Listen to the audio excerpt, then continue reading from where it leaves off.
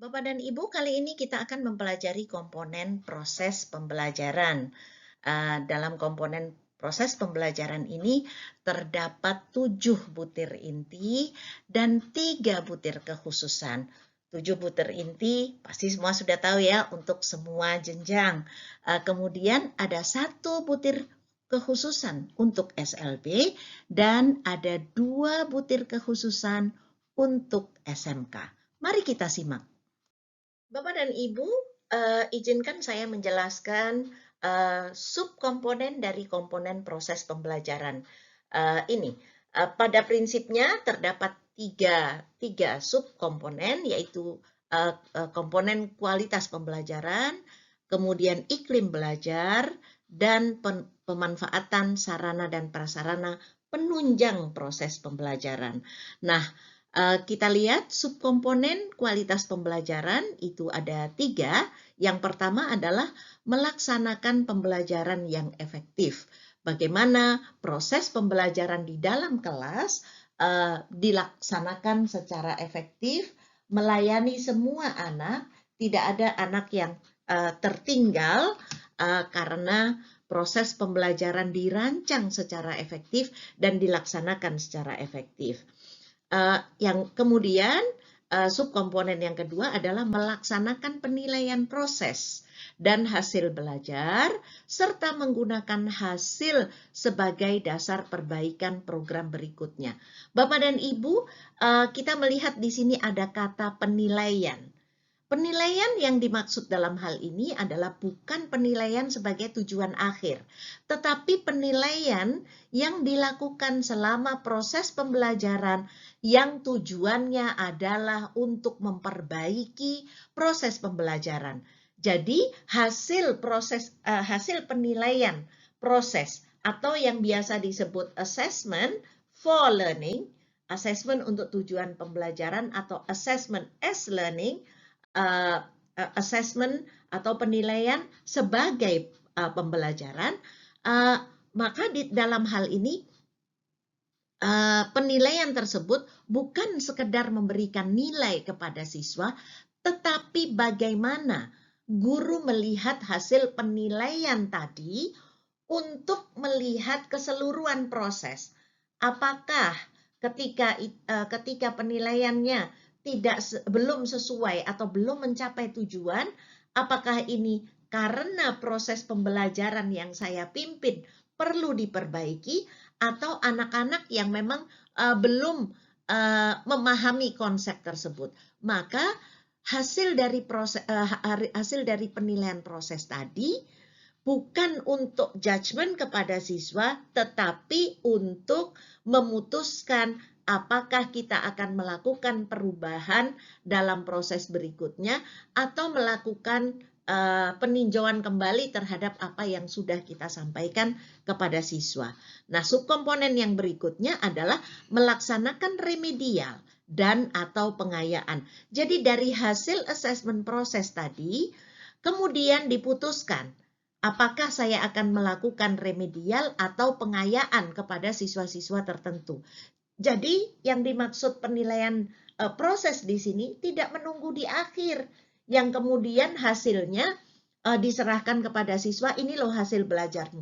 Bukan itu, melainkan hasilnya kita lihat sama-sama apakah tujuan sudah tercapai atau tidak. Nah, oleh sebab itu proses remedial itu atau proses assessment itu dilakukan tidak menunggu sampai tengah semester, tetapi lepas dari satu unit pembahasan selesai, kita sudah punya hasil dari assessment tadi atau hasil penilaian yang kemudian akan menentukan apakah bagian berikutnya saya akan masih merujuk pada yang sebelumnya atau sudah bisa masuk pada bagian atau unit pembelajaran berikutnya. Jadi yang dimaksud penilaian di sini bukan penilaian untuk memberikan judgement kepada siswa, tetapi justru untuk melihat kualitas proses pembelajaran kita, apakah sudah mencapai tujuan atau belum. Berikutnya adalah iklim belajar. Nah, dalam hal ini ada 3 subkomponen. Yang pertama, menunjukkan partisipasi aktif dalam belajar. Bapak dan Ibu, partisipasi aktif dalam belajar ini banyak bergantung pada iklim belajar. Salah satunya misalnya iklim belajar yang diciptakan anak-anak tidak merasa terancam ketika menjawab kurang tepat. Kenapa? Karena gurunya memberi dukungan. Dan ketika teman-temannya bersorak, gurunya melakukan pencegahan. Sehingga setiap anak merasa nyaman berada di dalam kelas dan bisa ikut berpartisipasi aktif karena tidak merasa terancam. Kemudian subkomponen yang berikutnya adalah menunjukkan budaya literasi, membaca, dan menulis. Nah, dalam hal ini, apakah proses pembelajaran yang dilakukan di dalam kelas mengembangkan aktivitas-aktivitas yang merangsang anak untuk membaca dan menulis. Dan ini bukan hanya pada mata pelajaran tertentu, misalnya bahasa Indonesia saja, tidak. Tetapi dalam semua materi pembelajaran, anak dirangsang untuk membaca dan menulis. Karena apa? Karena itu akan merupakan latihan pengembangan literasi siswa. Subkomponen berikutnya adalah menciptakan suasana belajar yang aman, nyaman, bersih, dan memudahkan siswa untuk belajar. Jadi 3 subkomponen dalam iklim belajar ini saling terkait satu sama lain. Ketika suasana tidak aman dan tidak nyaman, maka akan muncul keengganan-keengganan sebagian anak untuk berpartisipasi, terutama anak-anak yang belum terbangun motivasi belajarnya. Nah, berikutnya, subkomponen berikutnya adalah pemanfaatan sarana dan prasarana penunjang proses pembelajaran. Dalam hal ini, yang penting bukan sarana dan prasarana itu sudah terpenuhi di sekolah, melainkan sarana dan prasarana yang ada, terlepas dari itu sederhana atau mewah, tetapi dimanfaatkan untuk menunjang proses pembelajaran secara maksimal. Jadi apa gunanya ketika ada lab IPA yang mewah, tetapi lebih sering dikunci daripada dipakai. Nah, dalam hal ini kita perlu memastikan bahwa sarana dan prasarana yang disediakan di sekolah tersebut digunakan semaksimal mungkin untuk menunjang proses pembelajaran. Nah, kita masuk pada 3 komponen kekhususan. Yang pertama adalah kekhususan untuk SLB, dan di sini hanya ada 1, untuk melihat kualitas pembelajaran di kelas dalam hal pelaksanaan pembelajaran individu. Nah, pelaksanaan pembelajaran individu di sekolah luar biasa ini harus ada, karena di SLB biasanya terdapat berbagai anak dengan berbagai kekhususan, dan seringkali ada anak-anak yang membutuhkan individualized education program atau pembelajaran individu di mana anak dibimbing secara individual. Nah, di sini biasanya melibatkan ahli atau mungkin guru-gurunya yang memang mempunyai keahlian untuk membimbing anak-anak secara individual. 2 komponen kekhususan yang lain adalah dari SMK. Yang pertama, kualitas pembelajaran di kelas dalam hal penyelenggaraan unit produksi, business center atau technopark. Nah, di sini di dalam proses pembelajaran, apakah dalam penyelenggaraannya di sana ada unit produksi yang digunakan sebagai bagian daripada proses pembelajaran. Kekhususan yang berikutnya adalah dalam hal pelaksanaan praktik kerja lapangan atau PKL. Nah, ini tersedia atau tidak?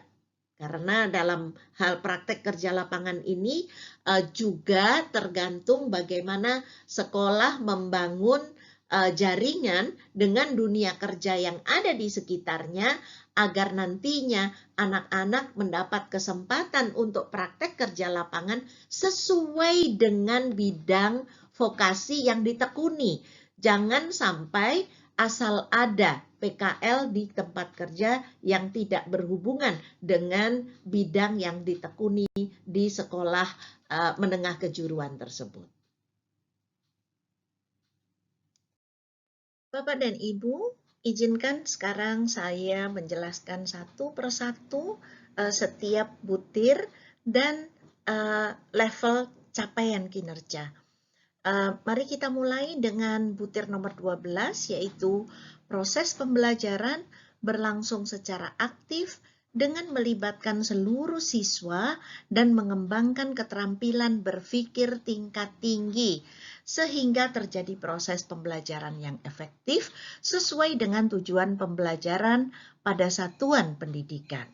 Nah, yang dimaksud dengan butir ini butir ini relatif kompleks. Kenapa? Karena untuk sampai kepada proses pembelajaran yang efektif diawali dengan memberi kesempatan kepada siswa untuk belajar secara aktif. Di sini yang saya merah dan tebalkan ini adalah kata kunci ketika melakukan professional judgment dan menentukan penilaian. Di sini level 4 ditandai dengan kata kunci secara aktif, melibatkan keterampilan berpikir tinggi. Kemudian dilaksanakan melalui pengalaman konkret. Jadi anak-anak mengalami apa yang diajarkan, tidak hanya menyimak saja, dan menyajikan materi yang lebih bermakna bagi kehidupan siswa, serta ini ada kata kunci lagi, berdampak pada pemecahan masalah kehidupan sehari-hari. Nah, ketika ini yang dicapai, maka sekolah berhak mendapatkan di level 4. Jadi di sini ada beberapa kata kunci. Proses pembelajaran aktif melibatkan keterampilan berpikir kritis melalui pengalaman konkret dan menyajikan materi lebih bermakna, serta kata kunci berikutnya adalah berdampak pada pemecahan masalah kehidupan sehari-hari. Nah, pada level di bawahnya, level 3, memang sudah ada proses pembelajaran aktif, tetapi Bapak Ibu perhatikan di sini tidak ada melibatkan keterampilan berpikir tingkat tinggi.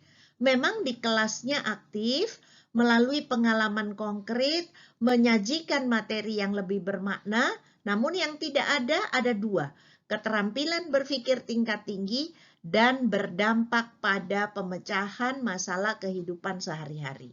Nah, turun lagi pada level 2, dalam proses pembelajaran, memang siswa diberi kesempatan untuk belajar aktif, tetapi tidak melibatkan keterampilan berpikir tingkat tinggi, tidak melalui pengalaman yang konkret,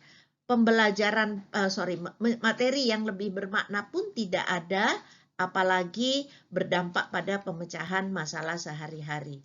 Nah, di level 1, ketika kita menyaksikan proses pembelajaran di mana guru banyak menjelaskan dan siswa memperhatikan atau mengerjakan tugas, itu level 1. Karena tidak ada kata kunci pada level-level sebelumnya, tidak tercantum sama sekali pada level 1. Bapak dan Ibu, kita bahas butir 13, penilaian proses dan hasil belajar digunakan sebagai dasar untuk perbaikan dan dilaksanakan secara sistemis. Perhatikan di sini, penilaian proses dan hasil belajar bukan merupakan tujuan akhir. Jadi penilai itu bukan akhir yang kemudian untuk melakukan judgement terhadap siswa, tetapi digunakan sebagai dasar untuk perbaikan dan dilakukan secara sistemis. Mari kita pelajari satu persatu kata kunci yang ada pada setiap level.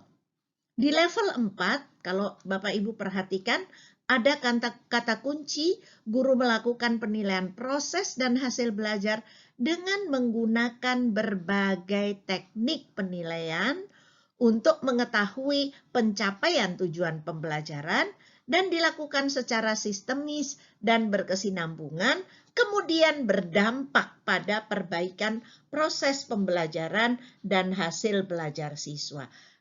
Ada beberapa kunci di sini ya, menggunakan berbagai teknik penilaian untuk mencapai tujuan pembelajaran sistemis, berkesinambungan, dan berdampak pada perbaikan proses pembelajaran.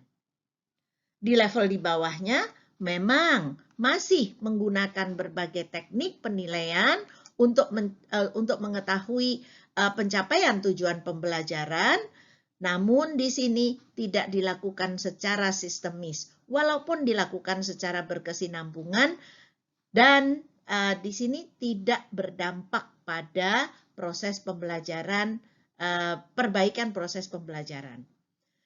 Di level 2, guru melakukan penilaian proses dan hasil belajar sesuai tujuan pembelajaran, tetapi tidak menggunakan berbagai teknik dan belum digunakan untuk perbaikan pembelajaran. Pada level 1, memang ada penilaian proses dan hasil belajar, namun tidak memperhatikan tujuan pembelajaran. Mungkin di sini pusat perhatiannya apakah materi selesai atau tidak, sehingga tujuan pembelajaran tidak menjadi rujukan utama. Sampai pada butir 14, yaitu program remedial dan atau pengayaan diberikan kepada siswa yang memerlukan. Butir ini masih terhubung dengan butir sebelumnya, yaitu proses penilaian yang digunakan sebagai dasar untuk melihat apakah perlu ada remedial dan atau pengayaan. Mari kita lihat secara lebih teliti di tiap-tiap levelnya.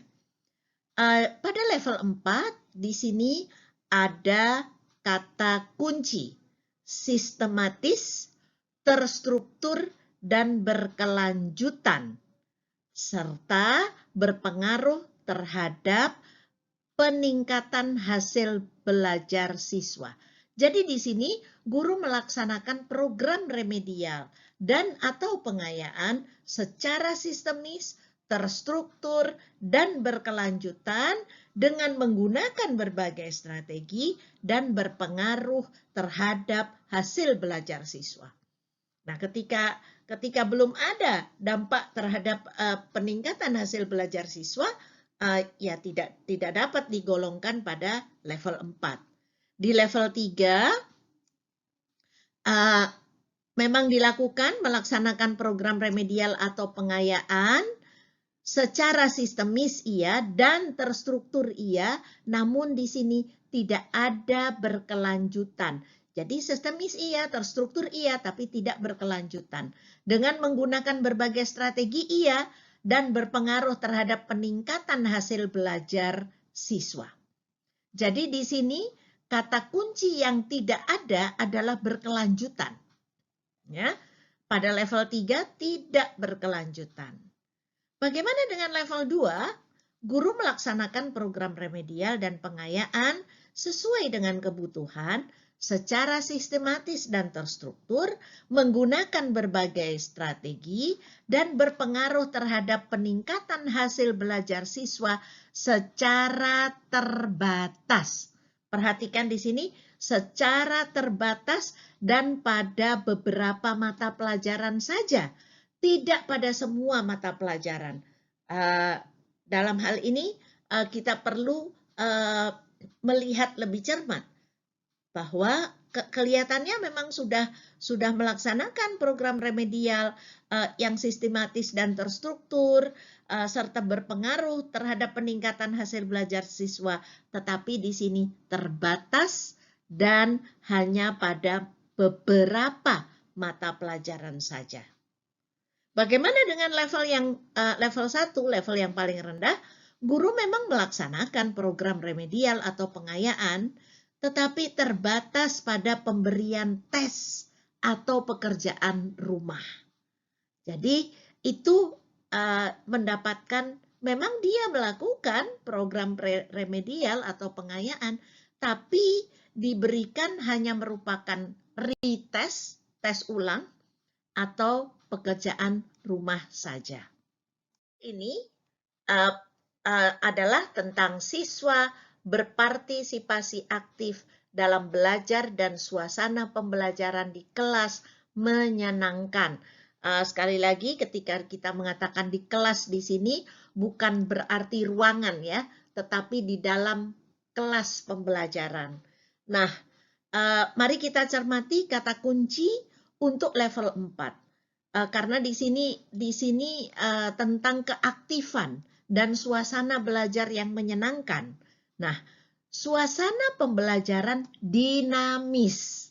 Jadi kelasnya dinamis dengan adanya interaksi antar siswa, interaksi siswa dan guru, dan terlihat siswa antusias dalam belajar. Suasana kelasnya menyenangkan dan menarik sehingga berdampak, nah lagi-lagi berdampak pada pencapaian tujuan pembelajaran. Bapak dan Ibu, kata kuncinya yang ada di sini adalah dinamis. Ada interaksi antar siswa, siswa dan guru, kemudian siswa antusias, dan kata kunci yang terakhir adalah berdampak pada pencapaian tujuan pembelajaran. Pada level 3, terlihat memang suasana pembelajaran dinamis dengan adanya interaksi antar siswa, interaksi siswa dengan guru, dan siswa antusias dalam belajar dan suasana kelasnya menyenangkan dan menarik, tetapi ada yang hilang. Tidak ada kata kunci utama berdampak pada pencapaian tujuan pembelajaran. Ya. Jadi ini ketika kata kunci ini tidak ada, walaupun ada interaksi, muridnya antusias, tidak bisa jatuh di level 4, tetap jatuh di level 3. Bagaimana dengan level 2? Suasana kelasnya tertib. Nah, ini kita suka tertipu nih ya. Suasana kelasnya tertib dan terlihat interaksi timbal balik antar siswa dengan siswa dan siswa dengan guru. Kelas yang aktif itu dinamis ya. Jadi di level 2 itu tidak ada kata dinamis ya. Dan tidak ada kata antusias. Ya, siswa melaksanakan perintah guru dan suasananya tertib. Pada level yang paling bawah, suasana kelasnya tertib, walaupun penyampaian materi berlangsung satu arah dari guru ke siswa. Ini jatuh di level 1, Bapak Ibu. Ya. Nah, ini perlu kecermatan asesor dalam menentukan di level yang mana proses pembelajaran yang tengah diobservasi atau dalam wawancara dan seterusnya. Nah, pada butir ini, butir 16, berhubungan dengan literasi membaca dan menulis. Bunyi butirnya adalah guru melakukan pembiasaan literasi membaca dan menulis. Ingat, pembiasaan literasi membaca dan menulis ini bukan hanya dominasi satu pelajaran, yaitu pelajaran bahasa Indonesia saja. Tidak, tetapi semua mata pelajaran itu melibatkan informasi, sehingga informasi yang disampaikan dari mata pelajaran yang ada dapat menjadi mediasi untuk pengembangan literasi membaca dan menulis. Mari kita simak kata kunci yang ada pada level 4. Ya. guru melakukan pembiasaan literasi membaca dan menulis di sekolah atau madrasah yang berdampak pada terbentuknya budaya. Terbentuknya budaya. Kalau budaya nih berarti sudah tidak ada perintah. Perintah sudah otomatis berjalan. Ya, terbentuknya budaya membaca dan menulis di luar kelas. Bukan dalam proses pembelajaran tetapi juga di luar kelas. Yang kedua, kata kuncinya adalah menghasilkan karya-karya literasi seperti majalah dinding, cerpen, karya tulis lainnya.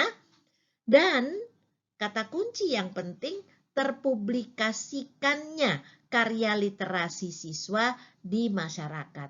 Nah, ini baru di level 4. Ketika publikasi karya anak-anak, karya siswa sudah ada di masyarakat. Ya. Nah, pada level berikutnya, di sini guru melakukan pembiasaan literasi membaca dan menulis, sudah ada dampak pada terbentuknya budaya membaca dan menulis, dan siswa sudah menghasilkan karya-karya literasi seperti majalah dinding, cerpen, karya tulis lainnya. Tetapi perhatikan, yang ketiga belum terpublikasikan. Jadi karya literasi siswa hanya terbatas di sekolah saja, belum terpublikasi di masyarakat. Nah, pada level 2, guru melakukan pembiasaan literasi membaca, menulis, berkomunikasi, berlatih atau berkarya, tetapi belum berdampak pada kebiasaan yang dilakukan oleh siswa di luar sekolah. Perhatikan di sini belum ada dampak kebiasaan. Ya. Kemudian di level yang paling bawah, level 1, guru belum melakukan pembiasaan membaca, menulis, berkomunikasi, berlatih atau berkarya secara terprogram. Ya. Jadi belum melakukan pembiasaan. Nah, sekarang butir 17, yaitu guru menciptakan suasana belajar yang memperhatikan keamanan, kenyamanan, kebersihan, dan memudahkan siswa untuk belajar. Bapak dan Ibu, ketika kita berbicara menciptakan suasana belajar yang memperhatikan keamanan, kenyamanan, kebersihan, dan memudahkan siswa untuk belajar, di sini kata kuncinya, apakah proses menciptakan suasana belajar yang memperhatikan keamanan dan seterusnya ini melibatkan siswa. Ya. Nah, di level 4 di sini perhatikan guru mengimplementasikan prosedur pembelajaran yang melibatkan siswa dalam menjaga keamanan, kenyamanan, kebersihan, dan kemudahan secara fisik maupun psikis dalam belajar siswa dengan membangun hubungan baik antar siswa dan antara siswa dan guru yang saling menghormati dan menghargai sehingga tercapai tujuan pembelajaran. Jadi di sini kata kuncinya adalah melibatkan siswa dalam menjaga keamanan dan kenyamanan dan kebersihan. Ya. Kemudian pada level berikutnya, level di bawahnya, bukan melibatkan siswa, di sini memperhatikan. Guru mengimplementasikan prosedur pembelajaran yang memperhatikan. Jadi siswa tidak terlibat. Memperhatikan keamanan, kenyamanan, kebersihan, dan seterusnya. Namun di sini tidak ada kata kunci melibatkan siswa. Pada level 2, belum optimal mengimplementasikan prosedur pembelajaran yang memperhatikan keamanan, kenyamanan, kebersihan, dan kemudahan secara fisik maupun psikis dalam belajar siswa. Bapak dan Ibu, di sini memang ada sih gitu, tapi belum optimal. Nah, di level 1, guru tidak mengimplementasikan prosedur pembelajaran yang memperhatikan keamanan, kenyamanan, kebersihan, dan kemudahan secara fisik maupun psikis untuk dapat diakses siswa dalam belajar. Bapak dan Ibu, perhatikan kata kuncinya. Walaupun di sini kata kuncinya satu, tetapi memberikan dampak yang besar, ya. Di level 4 ini ketika sekolah atau guru mampu melibatkan siswa, keamanan dan kenyamanan, maka di sana terbentuk environment atau lingkungan yang sehat karena anak-anak terlibat untuk menjaga, ya. Dan pada level di bawahnya hanya memperhatikan, pada level 2 belum optimal, dan pada level 1 tidak mengimplementasikan. Butir 18. Sarana dan prasarana yang tersedia di sekolah atau madrasah dimanfaatkan dengan optimal dalam proses pembelajaran. Artinya apa? Ketika sarana dan prasarananya bagus, tetapi tidak digunakan secara optimal, ya tidak ada artinya. Mari kita lihat satu persatu. Pada level 4, proses pembelajaran memanfaatkan sarana dan prasarana yang ada di dalam dan di luar sekolah dan madrasah, baik yang tersedia maupun kreasi guru dan siswa. Nah, ini kata kuncinya pada level 4, yaitu tidak terbatas hanya pada sarana dan prasarana yang ada di dalam dan di luar sekolah, namun juga juga ada kreasi guru atau siswa sebagai media dan sumber belajar yang berdampak terhadap peningkatan mutu pembelajaran dan capaian hasil belajar siswa. Ya, berdampak ini ya, berdampak. Jadi kata kuncinya di sini ada sarana dan prasarana yang ada di dalam dan di luar sekolah, dan ditambah dengan kreasi guru atau siswa. Ini kata kunci ya, kata kuncinya ada kreasi guru dan siswa. Ya, dan kemudian berdampak terhadap peningkatan mutu pembelajaran. Nah, pada level yang di bawahnya, level 3, proses pembelajaran hanya memanfaatkan sarana dan prasarana yang ada di dalam dan di luar sekolah. Tetap masih berdampak terhadap peningkatan mutu pembelajaran dan capaian hasil belajar siswa, namun yang tidak ada di sana adalah media yang merupakan kreasi guru atau siswa. Pada level 2, proses pembelajaran memanfaatkan sarana dan prasarana sebagai media dan sumber belajar yang terbatas, baik jumlah maupun jenisnya. Jadi pemanfaatan sarana dan prasarana itu terbatas saja, sehingga belum berdampak pada mutu proses pembelajaran. Di level 1, proses pembelajaran belum semuanya memanfaatkan sarana dan prasarana sebagai media dan sumber ajar. Bapak dan Ibu, berikutnya kita akan membicarakan 3 butir kekhususan dalam komponen proses pembelajaran. 1 butir kekhususan untuk SLB dan 2 butir kekhususan untuk SMK. Bapak dan Ibu, komponen kekhususan yang pertama dari SLB di sini berbunyi, guru melaksanakan program pembelajaran individu atau PPI ya untuk siswa tertentu sesuai kebutuhannya dan didasarkan pada hasil assessment. Nah, kita lihat di sini. Ketika itu pada level 4, di sini guru melaksanakan program pembelajaran individu untuk siswa dengan kondisi tertentu secara terencana. Ini kata kuncinya, terencana, terprogram, dan didasarkan atas hasil asesmen. Kemudian kata kunci yang penting adalah berdampak terhadap peningkatan capaian belajar siswa secara optimal. Nah, di sini mesti cermat bahwa program pembelajaran individu tersebut ada, terencana di sekolah tersebut atau terprogram, dan didasarkan pada hasil asesmen.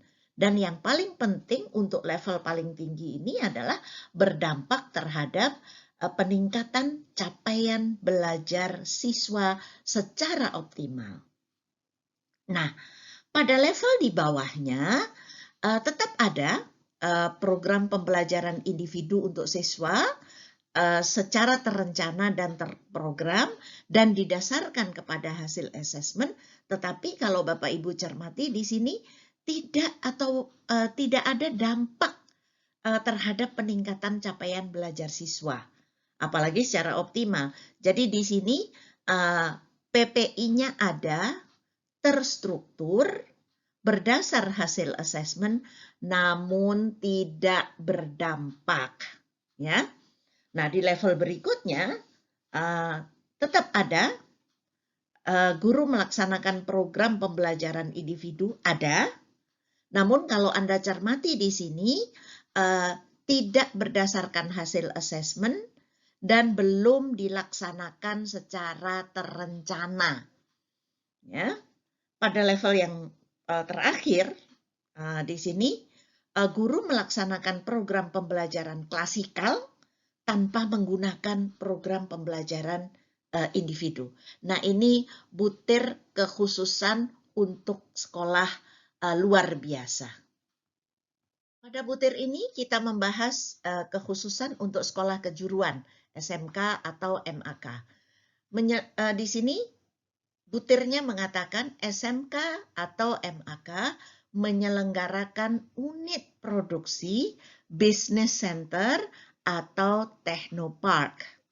Nah, ketika ini ada, jika kita melihat level yang tertinggi, bukan sekedar ada, tetapi SMK atau MAK menyelenggarakan unit produksi, business center, atau technopark yang dikelola dengan baik.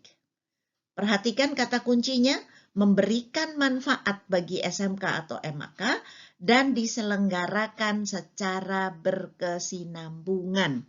Ya, kata kuncinya memberikan manfaat dan berkesinambungan, artinya diselenggarakan terus-menerus.